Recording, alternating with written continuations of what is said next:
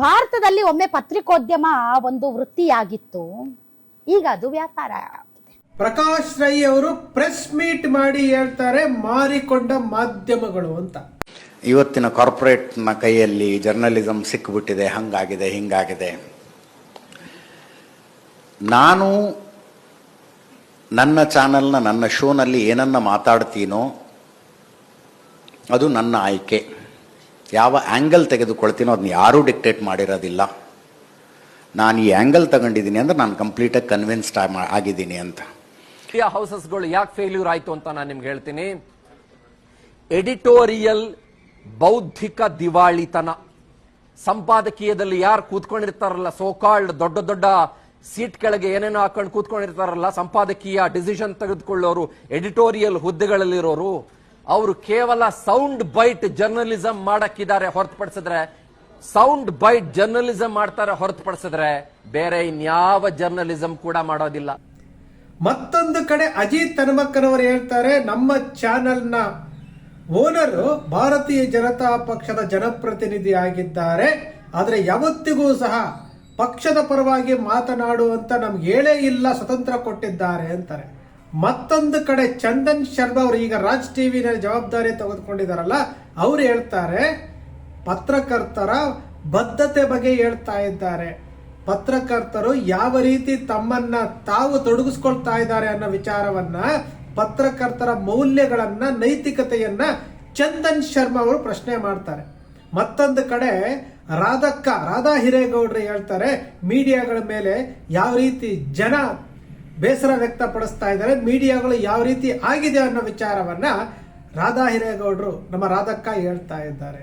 ಇವತ್ತು ನಾವು ದೇಶದಲ್ಲಿ ಗೋಧಿ ಮೀಡಿಯಾ ಅಂತೇಳಿ ಹೆಸರಿಟ್ಟಿದ್ದೀವಿ, ಮಾರಿಕೊಂಡ ಮಾಧ್ಯಮಗಳು ಅಂತ ಹೆಸರಿಟ್ಟಿದ್ದೀವಿ, ಮತ್ತೆ ಮಾರ್ಕೆಟಿಂಗ್ ಎಕ್ಸಿಕ್ಯೂಟಿವ್ಗಳು ಅಂತ ಹೆಸರಿಟ್ಟಿದ್ದೀವಿ.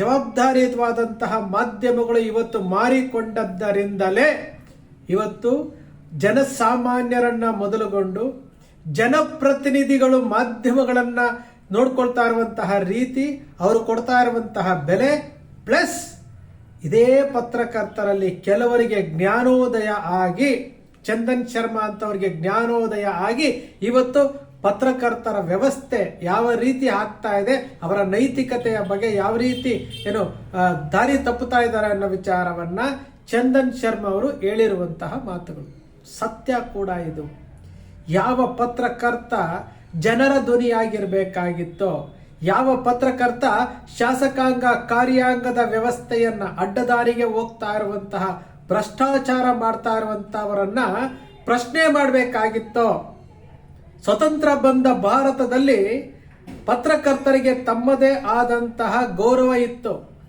ಅವರಿಗೆ ಸ್ವತಂತ್ರ ಕೊಟ್ಟಿತ್ತು, ಪ್ರಶ್ನಿಸುವಂತಹ ಶಕ್ತಿ ಸ್ವತಂತ್ರ ಭಾರತದಲ್ಲಿ ಕೊಟ್ಟಿತ್ತು. ಆ ಮೌಲ್ಯಗಳನ್ನ ಕಳ್ಕೊಂಡಿರುವಂತವ್ರು ಇವತ್ತು ನಗೆಪಾಟಲಿಗೀಡಾಗುವಂಥದ್ದು ನಾವು ನೋಡ್ತಾ ಇರ್ತೀವಿ.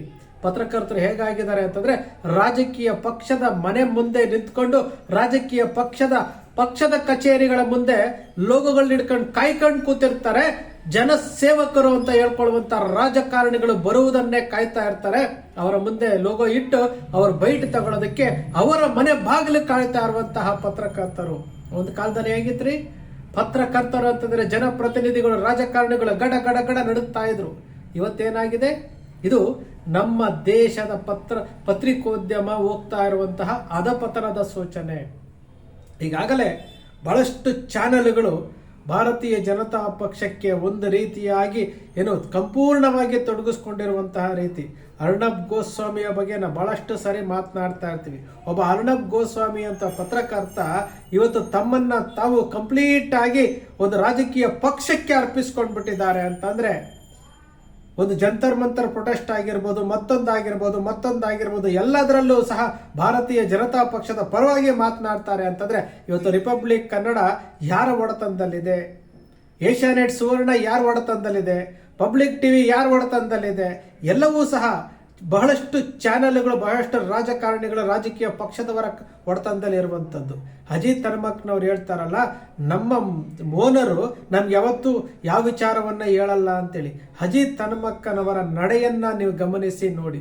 ಇದೇ ಸಂತೋಷ್ ಲಾಡ್ ಅವರು ಸುವರ್ಣ ಏಷ್ಯಾನೆಟ್ ಸುವರ್ಣದಲ್ಲಿ ಕುತ್ಕೊಂಡು ನ್ಯೂಸ್ ಅವರ್ ಕಾರ್ಯಕ್ರಮದಲ್ಲಿ ನೇರವಾಗಿ ಅಜಿತ್ ಹನುಮಕ್ಕನವರನ್ನ ಪ್ರಶ್ನೆ ಮಾಡ್ತಾರೆ. ಅಜಿತ್ ಹನುಮಕ್ಕನವರು ಪ್ರಾಮಾಣಿಕವಾಗಿ ನೀವು ಹೇಳಿ, ನೀವು ಪತ್ರಕರ್ತರಾಗಿ ನೀವು ನಡ್ಕೊಳ್ತಾ ಇದ್ದೀರಾ ಅಂತ ಹೇಳ್ತಾರೆ. ಪ್ರಶ್ನೆ ಮಾಡೋದಕ್ಕೆ ಯಾಕೆ ನಿಮ್ಮ ಕೈಲಿ ಆಗಲ್ಲ ಅಂತ ಕೇಳ್ತಾರೆ. ಅವಾಗ ಅಜಿತ್ ಹನುಮಕ್ಕನವರ ಮುಖದಲ್ಲಿ ಕಾಣಿದ್ದು ಮುಗುಳ್ನಗೆ. ಇದೇ ಸಂತೋಷ್ ಲಾಡ್ ಅವರು ಎಲೆಕ್ಷನ್ ಟೈಮ್ನಲ್ಲಿ ಜೀಪ್ನಲ್ಲಿ ಡ್ರೈವ್ ಮಾಡ್ತಾ ಕೇಳ್ತಾರೆ. ಸಂತೋಷ್ ಲಾಡ್ ಅವರು ಕೇಳ್ತಾರೆ, ನೀವ್ಯಾಕೆ ಮೋದಿಯನ್ನ ಪ್ರಶ್ನೆ ಮಾಡೋದಿಲ್ಲ ಅಂತ, ನೀವ್ಯಾಕೆ ಬಿಜೆಪಿಯನ್ನ ಪ್ರಶ್ನೆ ಮಾಡೋದಿಲ್ಲ ಅಂತಂದ್ರೆ ಅದಕ್ಕೆ ನಿರುತ್ತರ ಅಜಿತ್ ಹನುಮಕ್ಕನವರ ಕಡೆಯಿಂದ ಬಂದಿದ್ದು ನಾವು ನೋಡ್ತಾ ಇದ್ದೇವೆ.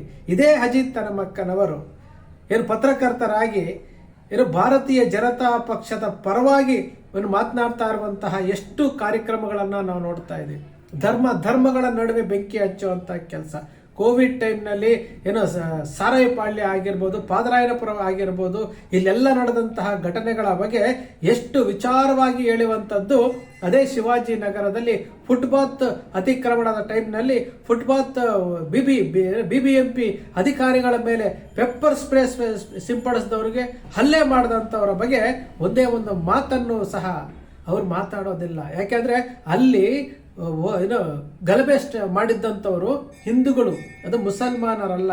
ಮುಸಲ್ಮಾನರಾಗಿದ್ರೆ ಅಜಿತ್ ಹನುಮಕ್ಕನವರ ಟೋನ್ ಬೇರೆ ಆಗಿರ್ತಿತ್ತು. ನಾವು ಹೊಸದಾಗಿ ಕೇಳ್ತಾ ಇರುವಂತದ್ದಲ್ಲ. ಅಜಿತ್ ಹನುಮಕ್ಕನವರನ್ನ ನಾವು ಮೊದಲಿನಿಂದಲೂ ಗಮನಿಸ್ಕೊಳ್ತಾ ಬರ್ತಾ ಇದ್ದೇವೆ. ಒಬ್ಬ ಯುವ ಪತ್ರಕರ್ತ, ಇಡೀ ಕನ್ನಡದ ಪತ್ರಿಕೋದ್ಯಮದಲ್ಲಿ ಮಿನುಗುತಾರೆ ಆಗ್ಬೇಕಾಗಿದ್ದಂತಹ ಪತ್ರಕರ್ತ, ಒಂದು ಯಶಸ್ವಿ ಪತ್ರಕರ್ತ ಆಗ್ಬೇಕಾಗಿರುವಂಥದ್ದು. ಬಿಡದಿಯ ನಿತ್ಯಾನಂದನ ಆಶ್ರಮದ ವಿಚಾರವನ್ನ ಇಟ್ಕೊಂಡು ನಾವು ನೋಡೋದಾದ್ರೆ ಅವತ್ತಿನ ಅಜಿತ್ ಹನುಮಕ್ಕನವ್ರು ಇವತ್ತಿನ ಅಜಿತ್ ಹನುಮಕ್ಕನವರನ್ನ ಕಂಪೇರ್ ಮಾಡಿದ್ರೆ ಅಜಿತ್ ಹನುಮಕ್ಕನವ್ರು ಈ ರೀತಿ ಬದಲಾವಣೆ ಆದ್ರ ಅಂತೇಳಿ. ಒಂದು ಪಕ್ಷದ ಮುಖ್ಯಸ್ಥ, ಒಂದು ಪಕ್ಷದ ರಾಜೀವ್ ಚಂದ್ರಶೇಖರ್ ಅವರು ಸಂಸದರಾಗಿದ್ರು, ರಾಜ್ಯಸಭಾ ಸದಸ್ಯರಾಗಿದ್ರು, ಮಿನಿಸ್ಟರ್ ಆಗಿದ್ರು, ಇವತ್ತು ಕೇರಳದಲ್ಲಿ ಜನಪ್ರತಿನಿಧಿ ಆಗಿದ್ದಾರೆ. ಆದರೂ ಸಹ ನಮ್ಮ ಮುಖ್ಯಸ್ಥರ ಪರವಾಗಿ ಮುಖ್ಯಸ್ಥರು ನಮ್ಗೇನು ಹೇಳಲ್ಲ ಅಂತಂದ್ರೆ, ಹಾಗಾದ್ರೆ ರಾಷ್ಟ್ರವಾದಿ ಪತ್ರಕರ್ತ ಅಂತ ಹೇಳ್ತಾರಲ್ಲ, ತನಿಖಾ ಪತ್ರಕರ್ತ ಅಂತ ಹೇಳ್ತಾರಲ್ಲ, ನಿಷ್ಪಕ್ಷಪಾತವಾಗಿ ಅವರು ವರದಿಗಳನ್ನು ಪ್ರಸ್ತುತಪಡಿಸ್ಬೇಕಲ್ವಾ? ಯಾಕೆ ಸೌಜನ್ಯ ಪ್ರಕರಣದಲ್ಲಿ ಥ್ರೆಡ್ ಬೇರ್ ಇನ್ವೆಸ್ಟಿಗೇಷನ್ ಮಾಡಿದ್ದೆ ಅಂತ ಹೇಳಿದ್ರಲ್ಲ, ಇವತ್ತಿನವರೆಗೂ ಥ್ರೆಡ್ ಬೇರ್ ಇನ್ವೆಸ್ಟಿಗೇಷನ್ ರಿಪೋರ್ಟ್ ಕೊಟ್ರ? ಇವತ್ತಿನವರೆಗೂ ಸುಪ್ರೀಂ ಕೋರ್ಟ್ ಅಲ್ಲಿ ಸೌಜನ್ಯ ಪ್ರಕರಣ ಇವತ್ತು ಆದೇಶ ಆಗಿದ್ರು ಸಹ ಅದ್ರ ಬಗ್ಗೆ ಏನಾದರೂ ಮಾತನಾಡ್ತಾ ಇದ್ದಾರಾ? ಖಂಡಿತ ಇಲ್ಲ. ಇದೇ ಚಂದನ್ ಶರ್ಮಾ ಅವರು ಪವರ್ ಟಿವಿನಲ್ಲಿ ಇದ್ದಾಗ ಇದೇ ಸೌಜನ್ಯ ಪ್ರಕರಣವನ್ನ ತೆಗೆದುಕೊಂಡು ಸೌಜನ್ಯ ಹೋರಾಟಗಾರರನ್ನ ವಿಲನ್ಗಳ ರೀತಿ ನೋಡಿದ್ರು. ಇವತ್ತು ಅದೇ ಚಂದನ್ ಶರ್ಮಾ ಅವರು ಸೌಜನ್ಯ ಪ್ರಕರಣವನ್ನ ತೆಗೆದುಕೊಂಡು ಎಳೆಯಾಗಿ ಬಿಚ್ಚಿಟ್ಟಿದ್ದಾರೆ. ಜಡ್ಜ್ಮೆಂಟ್ ಅಲ್ಲಿ ಆಗಿದ್ದಂತಹ ಲೋಪದೋಷಗಳನ್ನ ಎಳೆಯಾಗಿ ಬಿಚ್ಚಿಟ್ಟಿದ್ದಾರೆ. ಅವರಿಗೆ ಆಗಿದ್ದಂತಹ ಜ್ಞಾನೋದಯ ಅಜಿತ್ ಹನುಮಕ್ಕನವ್ರಿಗೆ ಯಾಕೆ ಆಗಿಲ್ಲ? ನಮ್ಮ ವಿಜಯಲಕ್ಷ್ಮಿ ಶಿಬಿರ ಅವರು ಹೇಳ್ತಾ ಇದ್ರಲ್ಲ, ಪತ್ರಕರ್ತರೇ ಬದಲಾಗಿ, ಇಲ್ಲದ ಹೋದ್ರೆ ಜನ ಚಪ್ಪಲಿ ತಗೊಂಡು ಹೊಡಿತಾರೆ, ಕಲ್ ತಗೊಂಡು ಹೊಡಿತಾರೆ ಅಂತ ಹೇಳ್ತಾರೆ. ನಮ್ಮ ರಾಧಕ್ಕರೂ ಸಹ ಇದೇ ಮಾತನ್ನ ಹೇಳ್ತಾ ಇದ್ದಾರೆ. ಅಂದ್ರೆ ಇಡೀ ಪತ್ರಿಕೋದ್ಯಮ ಇವತ್ತು ಯಾವ ಪರಿಸ್ಥಿತಿಗೆ ಹೋಗಿದೆ ಅಂತಂದ್ರೆ, ಯಾರೂ ಸಹ ನಿಮಗೆ ಬೆಲೆ ಕೊಡದಂತಹ ಪರಿಸ್ಥಿತಿ. ಯಾರೂ ಸಹ ಪತ್ರಕರ್ತರು ಅಂತಂದ್ರೆ ಇವ್ರು ಯಾವ ಮಹಾ ಅನ್ನೋ ರೀತಿಯಲ್ಲಿ ನಡ್ಕೊಳ್ತಾ ಇರುವಂತದ್ದು. ಸ್ನೇಹಿತರೆ, ನಾವು ಈ ಪ್ರಜಾಪ್ರಭುತ್ವದಲ್ಲಿ ಶಾಸಕಾಂಗ ಮತ್ತು ಕಾರ್ಯಾಂಗದಲ್ಲಿ ನಡೀತಾ ಇರುವಂತಹ ತಪ್ಪುಗಳನ್ನ, ಭ್ರಷ್ಟಾಚಾರಗಳನ್ನ ಎತ್ತಿ ತೋರಿಸ್ಬೇಕು, ಜನರ ಧ್ವನಿ ಆಗ್ಬೇಕು ಅಂತಂದ್ರೆ ಅದಕ್ಕೆ ಶಕ್ತಿ ಇರುವುದು ಪತ್ರಿಕೋದ್ಯಮಕ್ಕೆ ಮಾತ್ರ. ಈ ಪತ್ರಕರ್ತರೇ ರಾಜಕಾರಣಿಗಳ ಜೊತೆ ಸೇರ್ಕೊಂಡು ಭ್ರಷ್ಟಾಚಾರ ಮಾಡ್ತಾ ಇರೋರ ಪರವಾಗಿ ನಿಂತ್ಕೊಂಡ್ಬಿಟ್ರೆ ಬೇಲಿ ಎದ್ದು ಹೊಲ ಮೇಯೋ ತರ ಆಗುತ್ತೆ. ಇದನ್ನೇ ಹೇಳ್ತಾ ಇರುವಂತದ್ದು. ಮಾರಿಕೊಂಡ ಮಾಧ್ಯಮಗಳು ಅಂತೇಳಿ ಪ್ರೆಸ್ ಕ್ಲಬ್ ಅಲ್ಲಿ ಕುತ್ಕೊಂಡು ಮಾತನಾಡ್ತಾರೆ ಪ್ರಕಾಶ್ ರೈ ಅವರು ಅಂತಂದ್ರೆ, ನಾವು ಅರ್ಥ ಮಾಡ್ಕೊಳ್ಬೇಕು ಪತ್ರಕರ್ತರ ಕತೆ ಏನಾಗಿದೆ. ಬದಲಾವಣೆ ಆಗಿ ನಾವು ಪದೇ ಹೇಳ್ತಾ ಇರ್ತೀವಿ, ಪತ್ರಕರ್ತರು ಇವತ್ತು ಸಂವಿಧಾನವನ್ನ ಉಳಿಸ್ಬೇಕಾಗಿರುವಂತವ್ರು, ಪತ್ರಕರ್ತರು ಪ್ರಜಾಪ್ರಭುತ್ವವನ್ನು ಉಳಿಸಬೇಕಾಗಿರುವಂತವ್ರು. ಅಂತಹ ಪತ್ರಕರ್ತರು ಇವತ್ತು ಮಾರಿಕೊಂಡ ಮಾಧ್ಯಮ ಅಂತ ಹೇಳುವಂತಹ ಪರಿಸ್ಥಿತಿಗೆ ತೆಗೆದುಕೊಂಡು ಹೋಗಿದ್ದಾರೆ ಅಂತಂದ್ರೆ ಅವರ ನೀತಿ, ನಿಜಾಯಿತಿ, ನೈತಿಕತೆ, ಮೌಲ್ಯಗಳು ಯಾವ ಹಂತಕ್ಕೆ ಹೋಗಿದೆ ಅಂತೇಳಿ ನಿಮಗೆ ನೀವೇ ಪ್ರಶ್ನೆ ಮಾಡ್ಕೊಳ್ಳಿ. ಎಲ್ಲ ಪತ್ರಕರ್ತರು ಪ್ರಶ್ನೆ ಮಾಡ್ಕೊಳ್ಬೇಕಾಗತ್ತೆ. ಜನರು ಸಹ ಅವರ ತಪ್ಪುಗಳನ್ನು ತೋರಿಸಬೇಕಾಗತ್ತೆ. ಸ್ನೇಹಿತರೆ, ನಿಮ್ಮ ಅಕ್ಷರ ಮೀಡಿಯಾ ಸೃಷ್ಟಿ ಮಾಡೋದಿಲ್ಲ, ಕಲ್ಪನೆ ಮಾಡೋದಿಲ್ಲ, ವಾಸ್ತವದ ವಿಚಾರವನ್ನು ವಿಶ್ಲೇಷಣೆ ಮಾಡುತ್ತೆ. ನಿಮ್ಮ ಅಕ್ಷರ ಮೀಡಿಯಾದ ವಿಶ್ಲೇಷಣೆ ನಿಮ್ಗೆ ಇಷ್ಟ ಆಯಿತು ಅಂದ್ರೆ ಸಬ್ಸ್ಕ್ರೈಬ್ ಆಗಲಿಲ್ಲ ಅಂದ್ರೆ ಸಬ್ಸ್ಕ್ರೈಬ್ ಮಾಡ್ಕೊಳ್ಳಿ. ಪಕ್ಕದಲ್ಲಿ ಕಾಣುವಂಥ ಬೆಲ್ ಐಕಾನ್ ಪ್ರೆಸ್ ಮಾಡಿ, ಶೇರ್ ಮಾಡಿ, ಪ್ರೋತ್ಸಾಹ ನೀಡಿ.